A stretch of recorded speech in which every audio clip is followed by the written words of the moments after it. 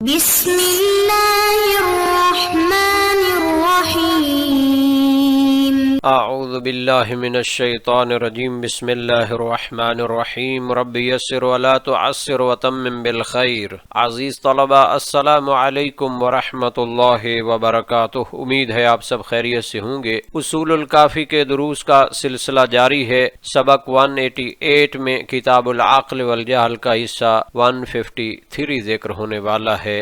سب سے پہلے خلاصہ جات کو دیکھ لیتے ہیں۔ سابقہ درس میں جہل کا شدید ترین فقر ہونا بیان ہوا، عقل کا انسان کے لیے مفید ترین سرمایہ ہونا ذکر ہوا، مال و دولت کا روحانی تصور اور قرآنی اور روایی شواہد بھی بیان ہوئے ہیں۔ اس درس میں خلقت عقل کو بیان کیا جائے گا، عقل کا مطیع محض ہونا ذکر ہوگا، عقل کا محبوب الہی ہونا بیان ہوگا اور عقل کا معیار ثواب و عقاب ہونا واضح کیا جائے گا۔ متن حدیث کو پڑھ لیتے ہیں۔ محمد بن الحسن عن سہل بن زیاد عن ابن ابی نجران عن العلاء ابن رزین عن محمد ابن مسلم عن ابی جعفر علیہ السلام قال لما خلق اللہ العقل قال له اقبل فاقبل ثم قال له ادبر فادبر فقال وعزتي وجلالي ما خلقت خلقا احسن منك اياك امر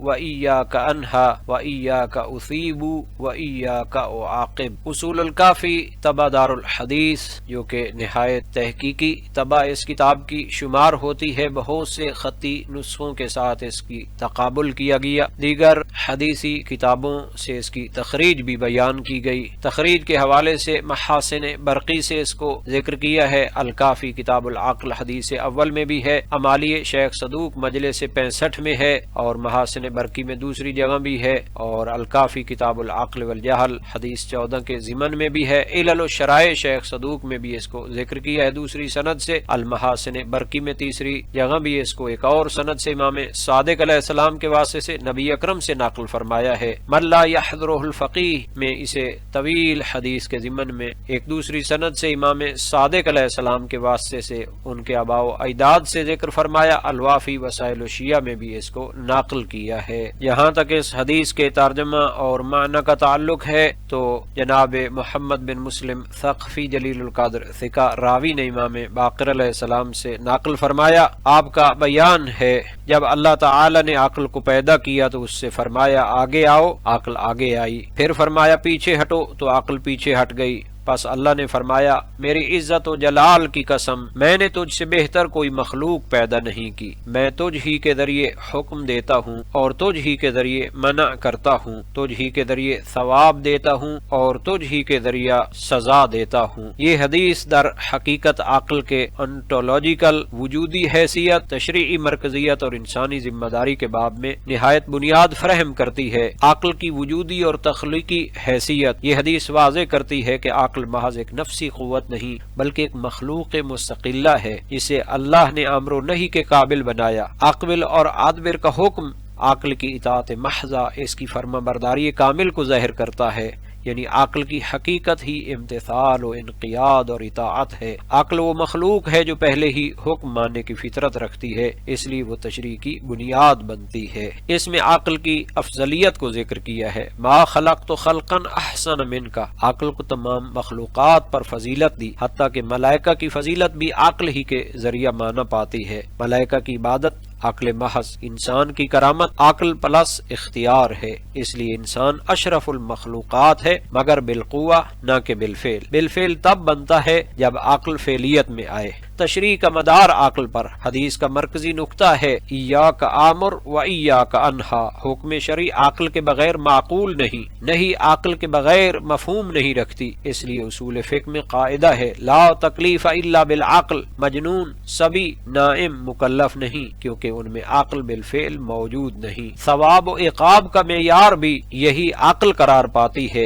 ایاک اثیب و ایاک اعاقب، یہ جملہ عادل الہی کی اساس ہے، جابر کے تمام نظریات کی نفی کرتا ہے، کیونکہ اگر عقل معیار نہ ہو تو سزا ظلم بن جاتی ہے۔ امامیہ کلام میں عقل مناعت استحقاق ہے، ثواب و عقاب عقل کے استعمال پر ہے۔ عقل اور وحی کا باہمی رشتہ بھی بیان ہو گیا۔ یہ حدیث عقل کو وحی کے مقابل نہیں بلکہ وحی کا مخاطب قرار دیتی ہے۔ وحی عقل کے لیے نور ہے، عقل وحی کو سمجھنے کا آلہ ہے، اس لیے وحی بے عقل کے لیے حجت نہیں اور عقل بے وحی کے لیے گمراہ ہو سکتی ہے۔ جہاں تک اس حدیث کی سند کے متعلق تحقیق کا تعلق ہے تو اس کا پہلا راوی محمد بن حسن، اس سے مراد صفار ہے جو کہ ثقہ جلیل ہیں۔ جناب نجاشی نے ان کے نسب کا تفصیلی ذکر فرمایا ہے۔ ابو جعفر اعرج اشعری کان وجہا فی اصحابنا القمیین ثقۃ عظیم القدر راجحا قلیل السقط فی الروایہ، یعنی کہ ہمارے شیعہ امامیہ اصحاب قمی علماء میں جلیل القدر ثقہ شخصیت تھے، عظیم المنزلت تھے اور روایات میں بہت ہی کم ان سے اخطاء ہوئی ہیں۔ جناب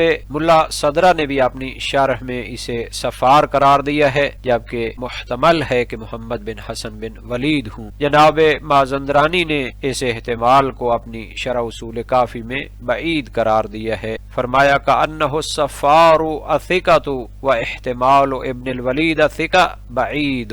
جناب غیث شبر یہاں پر تحقیق پیش کرتے ہوئے فرماتے ہیں کہ جناب کلینی کی سند میں محمد بن حسن سے مراد صفار ہی ہیں اور اس میں ابن الولید کے ہونے کا احتمال یہ صحیح نہیں ہے، کیونکہ ابن الولید کلینی سے 2 طبقہ یا 1 طبقہ متأخر ہیں جبکہ جناب صفار کلینی سے 1 طبقہ مقدم ہیں اور ان کی وفات 290 میں ہوئی ہے۔ جہاں تک جناب صفار کے متعلق رجالی منابع کا تعلق ہے تو موسوعۃ و طبقات الفقہاء میں اس کے متعلق تفصیل سے گفتگو ہوئی ہے۔ فرمایا الاشعری بالولا المحدث الکبیر ابو جعفر القمی صاحب بصائر الدرجات، ائمہ معصومین کی معرفت اور ان کے کمالات اور مناقب کی نہایت اہم کتاب بصائر الدرجات کے مؤلف یہی ہیں اور اس کے مشائخ کو بھی ذکر فرمایا ہے تفصیل کے ساتھ۔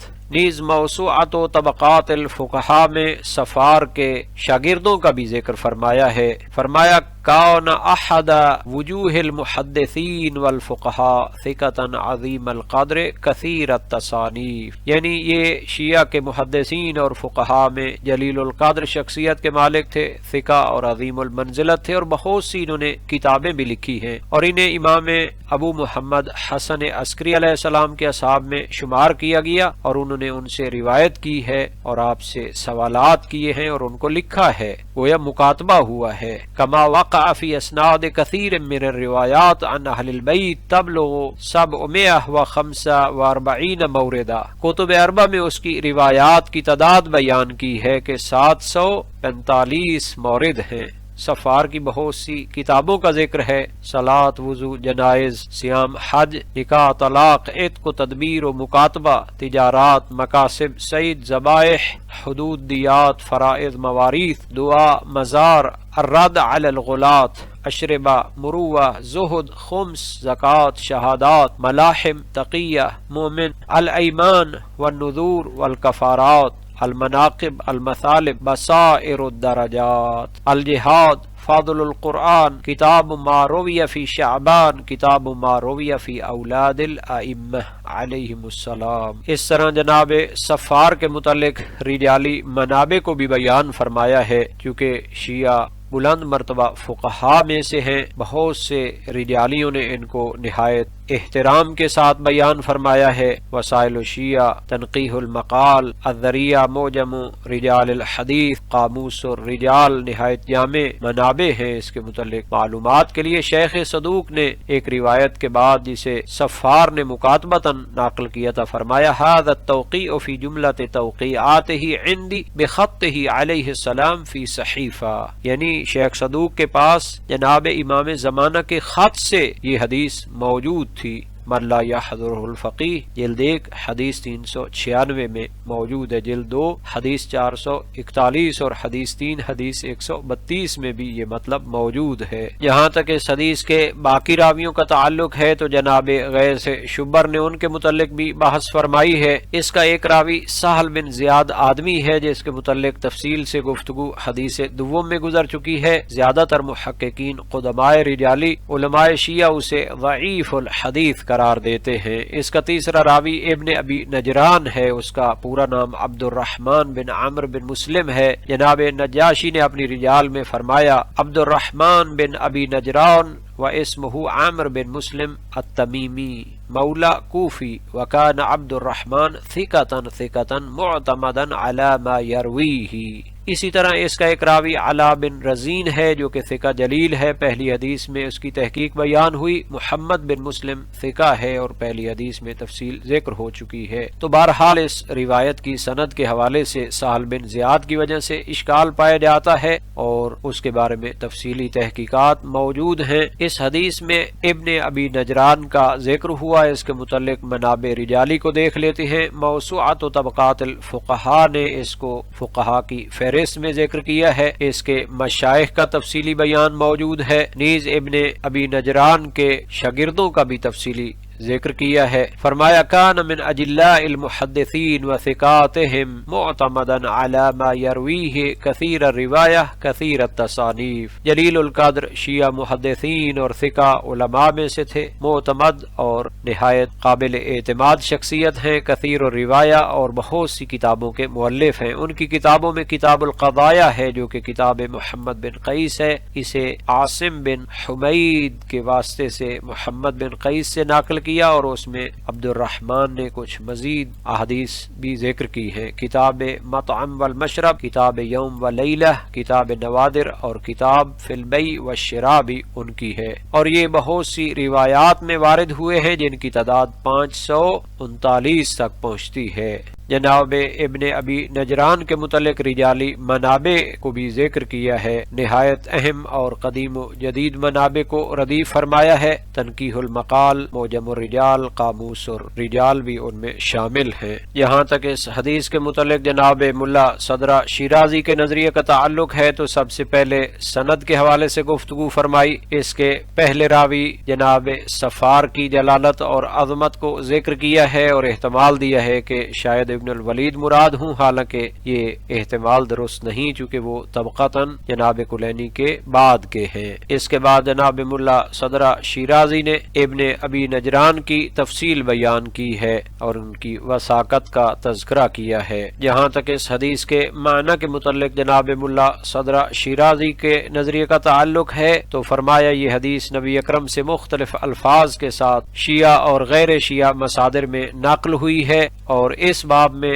جناب کلینی نے اسے 5 روایتوں میں مختلف الفاظ اور سندوں کے ساتھ بیان کیا۔ 3 ان میں سے علا بن رزین نے جناب مسلم کے واسطے سے ابو جعفر امام باقر علیہ السلام سے نقل کی ہے، لیکن سب سے پہلی حدیث اس کتاب عقل کی جو امام باقر علیہ السلام سے ہے، اور جو روایت امام صادق علیہ السلام سے نقل کی اس میں دوسری روایات کے علاوہ کچھ ان میں اضافات ہیں، خصوصاً دوسری حدیث کے جو جنود عقل و جہل پر طولانی حدیث ہے تو اس میں اس مطلب کے علاوہ بھی بہت کچھ بیان ہوا ہے اور اس کی بحث گزر چکی ہے۔ جناب ملا صدرہ اپنی سابقہ بحثیں جو اس حدیث کے متعلق تھیں ان کے علاوہ یہاں پر ایک تعویل کو بیان کرنا چاہتے ہیں، نہایت عمیق فلسفی، عرفانی اور انسان شناسانہ تعویل پیش کی ہے۔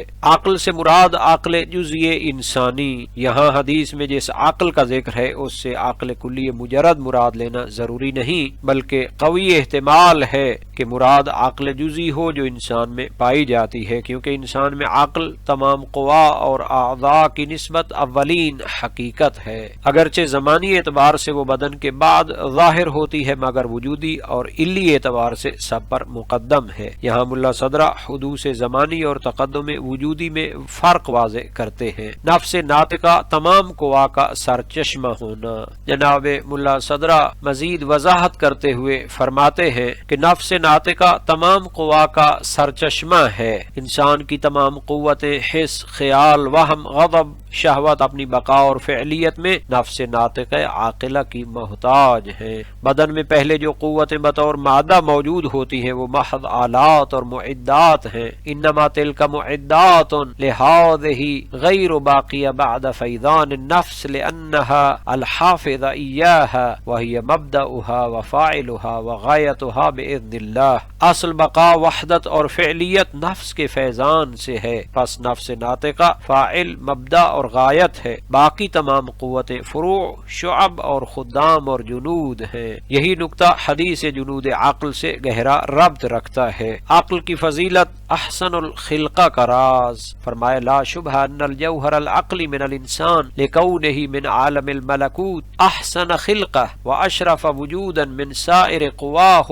ومن جمیع الاکوان الدنیویہ۔ انسانی عقل چونکہ عالم ملکوت سے ہے، اس لیے بدن سے، حسی اور خیالی قوتوں سے، بلکہ تمام دنیاوی موجودات سے اشرف و احسن ہے۔ اسی حقیقت کی طرف قرآن کریم نے اشارہ فرمایا ثم انشأناہ خلقا آخر فتبارک اللہ احسن الخالقین، المومنون 14۔ اور اس پر فرمایا احسن خلقت کا تعلق بدن سے نہیں بلکہ عقل و نفس ناطقہ سے ہے۔ جہاں تک حدیث میں موجود لفظ اقبال عقل کا تعلق ہے، حرکت من الخلق الی الحق ہے۔ نفس ناطقہ کا معرفت، یقین، صدق اور تزکیہ کے ذریعے اللہ تعالی کی طرف قرب، یہ اقبال عقل ہے۔ یہ ایک حرکت صعودی، حرکت وجودی، حرکت عرفانی ہے جس میں دنیا، شہوات اور بدن کی قید سے نکل کر عالم قدس اور تجرد کی طرف صعود حاصل ہوتا ہے۔ یہی سیر من الخلق الی الحق ہے، محو اور سحب، ولی اور ولی کامل۔ فہذا حال بعض اولیاء اللہ لیکن الولی الکامل من رجع بالوجود الحقانی الموہوب الی السحب بعد المحو وعاد الی التفصیل بعد الجمع۔ ملا یہاں نہایت لطیف نکتہ بیان کرتے ہیں۔ بعض اولیاء محو میں رہ جاتے ہیں، حق میں مستغرق ہو کر خلق سے غافل ہو جاتے ہیں، مگر ولی کامل وہ ہے جو محو کے بعد سحب میں آئے، جمع کے بعد تفصیل میں آئے اور خلق کی طرف لوٹے۔ اسی لیے امیر المومنین کے بارے میں کہا گیا کان فینا کا احدنا، یہی مقام خلافت، مقام تکمیل غیر اور کامل انسان کی پہچان ہے۔ نیز جناب ملا صدرہ شیرازی اس میں ادبار عقل کی وضاحت کرتے ہوئے فرماتے ہیں کہ حرکت من الحق الی الخلق کا نام ہے، وقولہ ادبر فادبرہ اشارۃ الی الثانیۃ النزولیہ۔ اس سے پہلے فرمایا تھا کہ ظہر ان للانسان الکامل فی العقل حرکتین، احداہما اقبالیہ صعودیہ لتکمیل ذاتیہ والثانیہ ادباریہ نزولیہ لتکمیل غیرہ، کہ انسان کامل کی عقل کے لحاظ سے دو حرکتیں ہیں، حرکت صعودی جو کمال ذاتی کے لیے ہوتا ہے اور اقبل فاقبلہ میں اس کی طرف اشارہ ہے، اور حرکت نزولی خلق کی طرف رجوع تاکہ دوسروں کو کامل کرے، شریعت، ہدایت اور تربیت کا فریضہ انجام دے۔ پس انسان کامل میں یہ دو حرکتیں، ان کی طرف اشارہ ہے حدیث میں۔ ثواب و عقاب کی حکمت، عقل بذات خود پاک، سعید اور بے گناہ ہے۔ ثواب اس وقت جب عقل اپنی اصل قدسی کی طرف لوٹ آئے، عقاب اس وقت جب عقل بدن، وہم و خیال اور شہوات میں غرق ہو جائے، یعنی گناہ عقل کا نہیں، عقل کے بدن میں نزول کا نتیجہ ہے۔ جہاں تک جناب ملا صالح مازندرانی کے نظریے کا تعلق ہے تو انہوں نے بھی نہایت عمدہ تحقیقات بیان فرمائی ہیں۔ اقبال عقل اور ادبار عقل کے متعلق بھی جناب ملا صدرہ شیرازی کے نظریے کے قریب توضیحات بیان فرمائی۔ یہ جناب ملا صالح مازندرانی کے کلام کا تتمہ ہے، اس کی طرف بھی رجوع کیا جا سکتا ہے۔ آج کے سبق کا خلاصہ دیکھ لیتے ہیں۔ خلقت عقل کو بیان کیا گیا، عقل کا مطیع محض ہونا ذکر ہوا، عقل کا محبوب الہی ہونا ذکر ہوا، عقل کا معیار ثواب و عقاب ہونا واضح ہوا ہے۔ اس درس کے متعلق تمرینی سوالات کو دیکھ لیتے ہیں اور اللہ تعالی سے دعا کرتے ہیں کہ ہمیں قرآن و سنت کو سمجھنے اور ان پر عمل کرنے کی توفیق عطا فرمائے۔